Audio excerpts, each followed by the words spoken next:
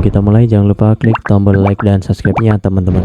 Soalnya 99,3% dari kalian yang nonton video di channel ini belum subscribe.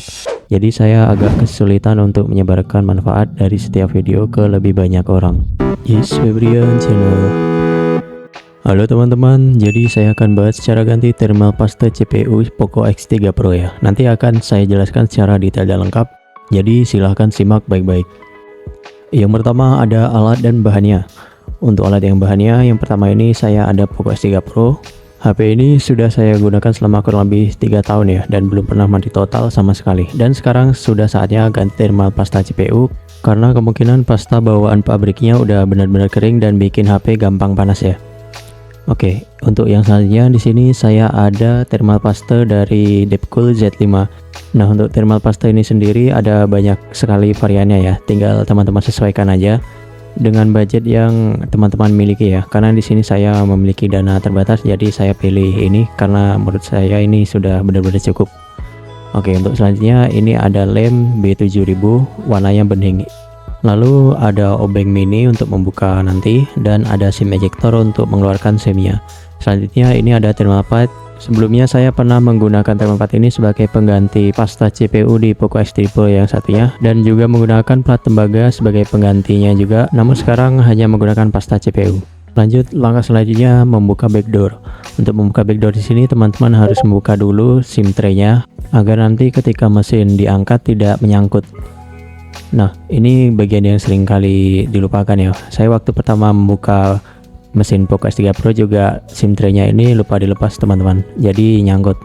Jika sudah dilepas, selanjutnya teman-teman siapkan pencongkelnya dan juga pemanas untuk memanaskan lem yang ada di dalam sini agar lebih lunak ketika nanti dibuka. Di sini saya menggunakan hair dryer aja. Jika teman-teman ada mesin khususnya juga boleh. Nah, selanjutnya jika sudah, tinggal congkel saja seperti yang saya lakukan di sini. Nah, ketika mencongkel pastikan dilakukan dengan hati-hati ya, biar tidak merusak bagian yang ada di dalamnya. Dan juga untuk pencongkelnya ini teman-teman bisa menggunakan yang bahannya plastik aja ya, jangan menggunakan yang bahan aluminium atau bahan besi, karena dikhawatirkan jika menggunakan bahan itu nanti bakalan bikin bagian belakang ini tergores ya. Karena ini terbuat dari plastik untuk bagian frame dan backdoornya. Makanya di sini saya menggunakan pencongkel dari plastik aja. Nah, jika dirasa susah bisa teman-teman panaskan kembali di bagian yang tadi. Karena biasanya kalau udah terlalu lama lemnya bakal kembali mendingin ya. Jadi bakal lebih susah dilepas lagi. Oke, pada bagian sini sudah agak mudah. Tinggal dicongkel aja seperti ini teman-teman. Nah, itu dia. Di bagian sana nanti harap perhatikan ya, di dekat tombol itu ada sebuah konektor. Jika tidak hati-hati nanti dikhawatirkan bisa putus bagian konektornya. Nah, bagian yang konektornya itu adalah bagian yang ini. Ini fleksibel penghubung di bagian fingerprint teman-teman. Jadi kalau ini sempat lepas fingerprintnya, kemungkinan besar bakalan error atau tidak bisa digunakan kembali kecuali sudah diganti. Langkah selanjutnya masuk ke melepas baut dan konektornya. Nah, untuk bautnya di bagian bawah ini tidak perlu dilepas teman-teman, namun hanya bagian atasnya. Untuk bagian bautnya ini saya tandain ya. Totalnya ada 11 baut yang dilepas. Ketika melepas bautnya, pastikan bautnya dikumpulin lagi. Saya sarankan teman-teman menyediakan satu wadah kecil atau tutup botol atau bisa juga magnet agar tidak hilang ya. Lalu bagian sini teman-teman congkel aja. Selanjutnya tinggal dilepas saja secara perlahan dan hati-hati. Nah, ini dia bagian dalamnya. Ini bagian covernya tadi ya. Ini ada kayak plastik ini sebagai penyalur panas ketika teman-teman menggunakan cooler ya. Lalu ini untuk bagian konektor yang perlu dilepas. Teman-teman perhatikan. Yang pertama adalah bagian konektor yang ini. Ini konektor baterai, ini fingerprint. Lalu ini fleksibel penyambung bawah. Ini bagian LCD, ini bagian kamera, ada 3. Dan ini kamera bagian depan. Nah, untuk konektornya tadi harap dilepas dengan hati-hati ya. Teman-teman bisa menggunakan penyongkel bahan dasar plastik ini, jangan menggunakan bahan dasar besi atau aluminium. Nanti dikhawatirkan ada listrik statis yang mengalir yang bikin komponen mesinnya menjadi konslet. Nah, jika diperhatikan di sini ada seperti tanda panah kecil, itu sebagai panduan tempat untuk mencongkelnya ya. Jadi tidak perlu bingung lagi untuk tempat congkelnya karena dari sini sudah ada tandanya. Nah, untuk bagian baterai ini yang paling utama ya. ketika melepas pastikan didahulukan agar daya yang ada sudah terputus. Selanjutnya ini bagian fingerprint tadi. Terus ini di bagian kamera. Di kamera ada 3 konektor, jadi harus dilepas semuanya. Oh ya, ketika melepas saya ingatkan teman-teman lakukan dengan hati-hati ya, agar tidak ada bagian komponen yang error dan bagian yang rusak. Nah, jika sudah, modul kameranya ini bisa diangkat. Ini dia modul kameranya. Tampilannya seperti ini teman-teman. Lalu di bagian sini ada konektor juga. Jangan lupa dilepas ya teman-teman. Ini biasanya sering dilupakan karena konektornya ini berbeda bentuk dari yang lainnya. Nah, ketika melepas juga harap dilakukan dengan hati-hati agar tidak rusak ya. Ini karena lepasnya agak susah juga. Oke, jika sudah pastikan semua komponennya terlepas. Nah, ini dia ada baut kecil. Baut kecil ini juga sering lupa ketika untuk dibuka, jadi mesinnya tidak bisa dicongkel ya. Jika sudah, pastikan teman-teman tangannya kering sempurna agar tidak ada sisa air yang di tangan atau lembab. Nanti dikhawatirkan bisa menyebabkan konslet pada bagian komponennya. Nah, ini dia bagian kamera depannya. Teman-teman bisa congkel juga di konektornya. Lalu angkat komponennya. Nah, ini dia tampilannya. Jika sudah, teman-teman buka aja bagian sini dengan cara dicongkel, lalu angkat mesinnya secara perlahan. Pastikan terlebih dahulu tangan teman-teman kering sempurna ya, tidak ada lembab. Nah, ini dia tampilannya. Ini ada sisa dari thermal pasta bawaan pabrik yang udah mengering, kira-kira kayak gini. Selanjutnya kita akan membersihkan pasta lamanya. Nah, untuk pastanya ini tidak terlalu banyak ya jika dilihat, dan sepertinya juga sudah terlalu kering. Nah, untuk di bagian framenya kurang lebihnya kayak gini juga tampilannya, tidak terlalu banyak ya, jadi hanya sedikit saja. Teman-teman sediakan aja cotton bud untuk membersihkan sisa pastanya ini. Lakukan dengan hati-hati aja, pastikan semuanya dibersihkan ya, jangan sampai ada sisa pasta tadi. Teman-teman bisa juga menggunakan alkohol, tapi jangan terlalu banyak ya, agar lebih cepat mengeringnya. Nah, untuk di bagian sini juga teman-teman bersihin aja semuanya seperti yang saya lakukan ini.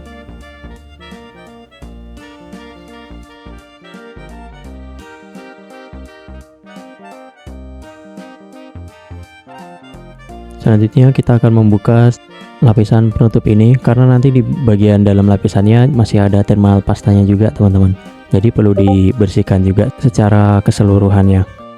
Untuk cara membuka lapisannya ini teman-teman bisa perhatikan seperti yang saya lakukan ini.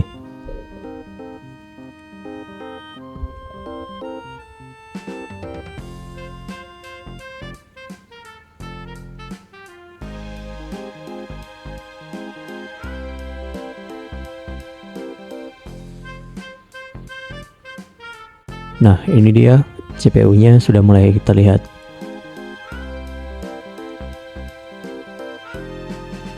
Nah, di bagian CPU ini tidak ada thermal pastanya, jadi hanya di bagian memori. Teman-teman lepas juga bagian lapisan yang lainnya agar semuanya bersih ya.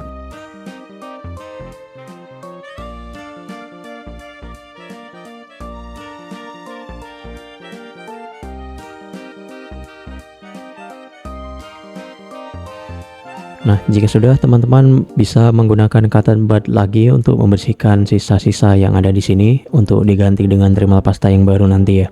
Pastikan teman-teman melakukannya dengan hati-hati dan secara perlahan. Untuk bagian yang perlu dibersihkan, teman-teman bisa perhatikan bagian yang saya bersihkan ya. Nah, untuk bagian ini nanti agak sulit ketika melakukan pembersihan karena ini agak tebal untuk pastanya. Jika teman-teman kesulitan, teman-teman bisa lihat terlebih dahulu bagaimana cara membersihkan pada bagian yang ini. Pastikan semua pastanya dibersihkan dengan bersih ya, jangan sampai ada sisa pasta yang tertinggal.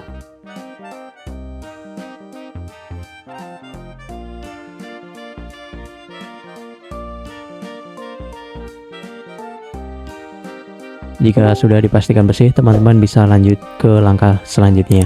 Nah, untuk yang ini tidak perlu teman-teman lepas karena ini tidak terlalu perlu diganti. Oke, selanjutnya kita akan mengaplikasikan pasta yang baru. Nah, untuk pasta yang baru ini saya menggunakan pasta yang tadi, Deepcool Z5. Teman-teman bisa menggunakan pasta yang lain atau pasta yang sudah teman-teman pakai sebelumnya. Oh ya, untuk semua alat dan bahannya nanti saya sediakan semua linknya di deskripsi biar teman-teman mudah ketika ingin membeli. Nah, ini dia isinya untuk varian yang 5 gram. pastanya kurang lebih seperti ini. Oke, untuk cara mengaplikasinya teman-teman lakukan aja dengan hati-hati. Agar lebih jelasnya teman-teman bisa perhatikan apa yang saya lakukan di sini. Oke, selanjutnya ke bagian mesin. Untuk bagian mesin, tempat yang ingin diberikan pasta, teman-teman bisa ikuti saja seperti yang saya lakukan. Oh iya, sedikit info, thermal pasta tidak mengalirkan daya listrik teman-teman. Jadi tidak akan membuat komponen yang ada di dalamnya menjadi konslet.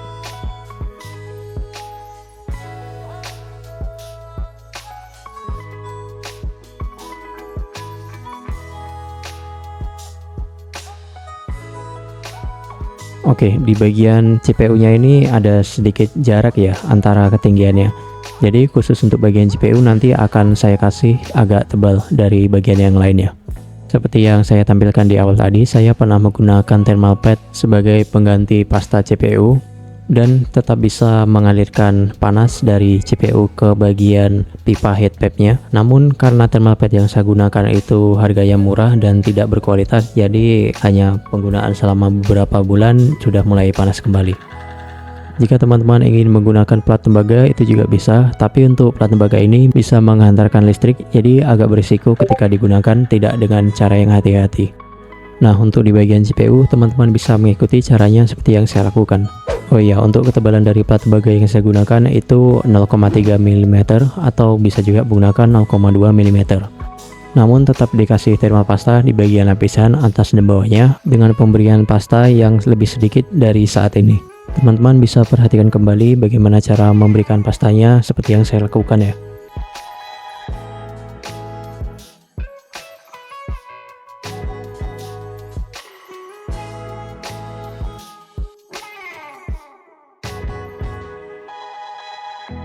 Nah, kurang lebihnya teman-teman bisa lihat di sini. Oke, jika sudah di bagian frame-nya tadi, teman-teman ratain menggunakan scoop bawaan dari ini atau menggunakan tangan juga bisa. Lakukan dengan hati-hati dan perlahan. Nah, untuk di bagian sini akan saya tambahkan sedikit lagi untuk pastanya. Lalu teman-teman ratakan kembali.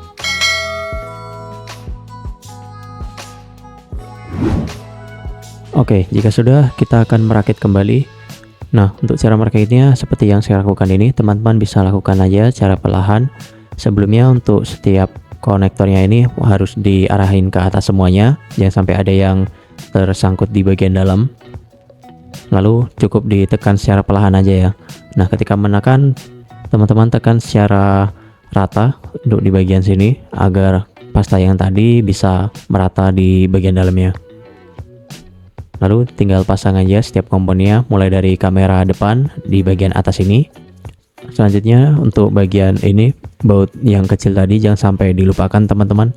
Karena ini sebagai penyangga supaya mesinnya tidak goyang-goyang dan terpasang dengan kokoh.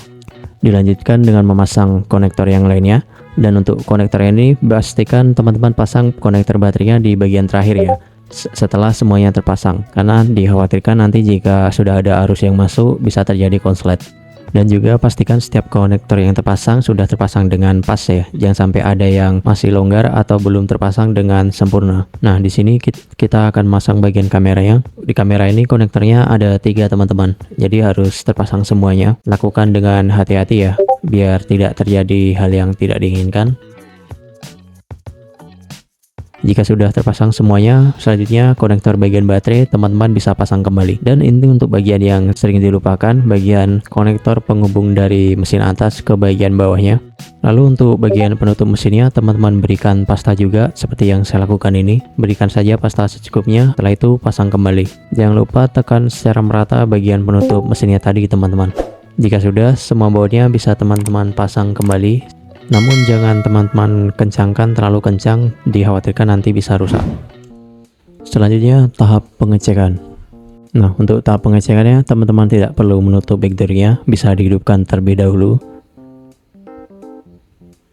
Untuk loadingnya agak lama teman-teman, karena MIUI yang saya pakai ini MIUI versi 14 ya. Nah, jika sudah, ini saya akan mendownload AIDA 64 untuk mengecek suhunya nanti secara detail dan lengkap. Oke, ini dia suhu awal setelah booting. Biasanya setelah booting suhu awalnya akan sangat tinggi, namun nanti akan kembali normal setelah beberapa menit ya. Nah, di sini untuk exotherm ini bagian suhu yang sama seperti bagian developer option. Jadi teman-teman bisa mengecek bagian itu. Nah, itu untuk bagian detailnya di bagian per core CPU-nya. Untuk bagian developer option yang saya bilang tadi bisa teman-teman masuk di sebelah sini ya. Masuk ke bagian sini lalu hidupkan ini. Nah, ini dia tampilan suhunya. Kita bisa lihat di sini untuk suhunya ada di 42 derajat. Oke, kita tutup sebentar lalu kencangkan semua buatnya kembali. Oh ya, dulu saya pernah mencoba menghidupkan HP Poco X3 Pro tanpa menggunakan tema pasta sama sekali, dan mesinnya juga tidak merekat ke bagian framenya. Nah, ketika saya hidupkan itu, suhu di bagian exotherm atau di bagian developer option tadi ada di antara 50 sampai 60 derajat teman-teman. Dan itu di kondisi belum dibuka aplikasi sama sekali ya, hanya baru dihidupkan saja. Oke, ini dia suhu setelah beberapa menit. Suhu standby-nya ada di 36,9 derajatan. Dan ini dia suhu per core CPU-nya ada di kisaran 40 derajat. Nah, untuk bagian suhu core dengan suhu exotherm tadi memang berbeda teman-teman. Ini dia. Nah, ini ada setiap suhunya udah detail ya di aplikasi ini. Ini dia, suhu exothermnya ada di 37. Jadi teman-teman bisa cek untuk bagian exotherm ini sama dengan suhu di bagian developer option ya. Namun suhunya berbeda dengan suhu CPU per core-nya. Oke, lanjut ke pemasangan backdoor. Untuk pemasangan backdoor-nya, sebelum teman-teman pasang, pastikan setiap sisa lem bawaannya tadi teman-teman bersihkan semuanya ya. Karena jika masih ada sisa nanti akan mengganjal dan membuat backdoor-nya tidak tertutup dengan rapat. Untuk cara bagian yang dibersihkan bisa teman-teman lihat seperti yang saya lakukan ini.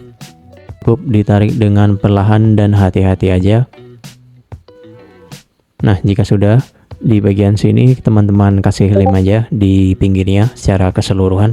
Jika mau, teman-teman bisa juga menggunakan lem adhesive backdoor seperti ini ya. Ini biasanya sudah ada polanya sesuai dengan backdoornya. Nanti jika teman-teman penasaran bisa cek di deskripsi, saya sediakan tempat toko belinya. Nah, ketika memberikan lem, teman-teman aplikasikan aja secara secukupnya, tidak perlu berlebihan. Oh ya, perbedaan antara lem ini dengan lem adhesif tadi ada di bagian ketahanan airnya ya. Jika lem ini mungkin merekatnya tidak terlalu rapat, tapi untuk lem adhesif tadi bisa merekat secara rapat ya, jadi lebih tahan air. Selanjutnya teman-teman tekan aja di bagian pinggirnya secara perlahan dan merata seperti yang saya lakukan ini, agar lemnya tadi bisa merata ya. Oh ya, di bagian pinggir kamera ini juga perlu dikasih lem teman-teman. Jadi saya tadi lupa ngasih untuk lemnya. Jika sudah ditekan secara merata, teman-teman tahan aja menggunakan tarik gelang seperti ini. Untuk karet gelangnya tidak perlu banyak-banyak ya, cukup 2 karet gelang saja, karena jika terlalu banyak takutnya bisa membuat frame HP-nya jadi bengkok. Dan setelah itu teman-teman tekan aja kembali pinggirannya biar lebih merata. Nah, jika sudah, teman-teman bisa tunggu aja lemnya mengering selama beberapa menit hingga lemnya mengering dengan sempurna. Oke, di bagian akhir saya kasih bonus untuk pengguna fan cooler X65. Di sini sebagai pad bawaannya biasanya dinginnya hanya di bagian titik tengahnya aja ya. Jadi saya ada tipsnya. Ini dia bagian peltier atau mesinnya di bagian tengah. Teman-teman bisa ganti pad bawaannya jadi plat tembaga biar lebih dingin merata. Untuk pemasangannya bisa menggunakan thermal paste atau thermal pad. Nah, untuk before afternya kurang lebih seperti ini. Jika teman-teman penasaran bisa cek di deskripsi, nanti saya sediakan toko tempat belinya. Lalu untuk cara mencegah klip menekan tombol power bisa teman-teman lakukan di sini, yaitu menghilangkan sedikit bagian karetnya seperti yang saya lakukan ini teman-teman. Jadi ini sangat berefek agar tombolnya tidak sering menekan ya. Nah, biar lebih jelasnya saya pasang, jadi teman-teman bisa ngeceknya tampilannya seperti ini teman-teman. Jadi itu tombol powernya ada space kosong ya, jadi lebih aman dan tidak gampang terpencet. Jadi ketika digunakan tombol power atau volume tidak sering terpencet-pencet sendiri dan menjadi mengganggu ketika digunakan. Terima kasih sudah menyimak, semoga bermanfaat dan sampai jumpa di episode selanjutnya. Jangan lupa bantu channel ini biar semakin berkembang dengan cara tekan tombol like, subscribe, dan nyalakan notifikasinya teman-teman.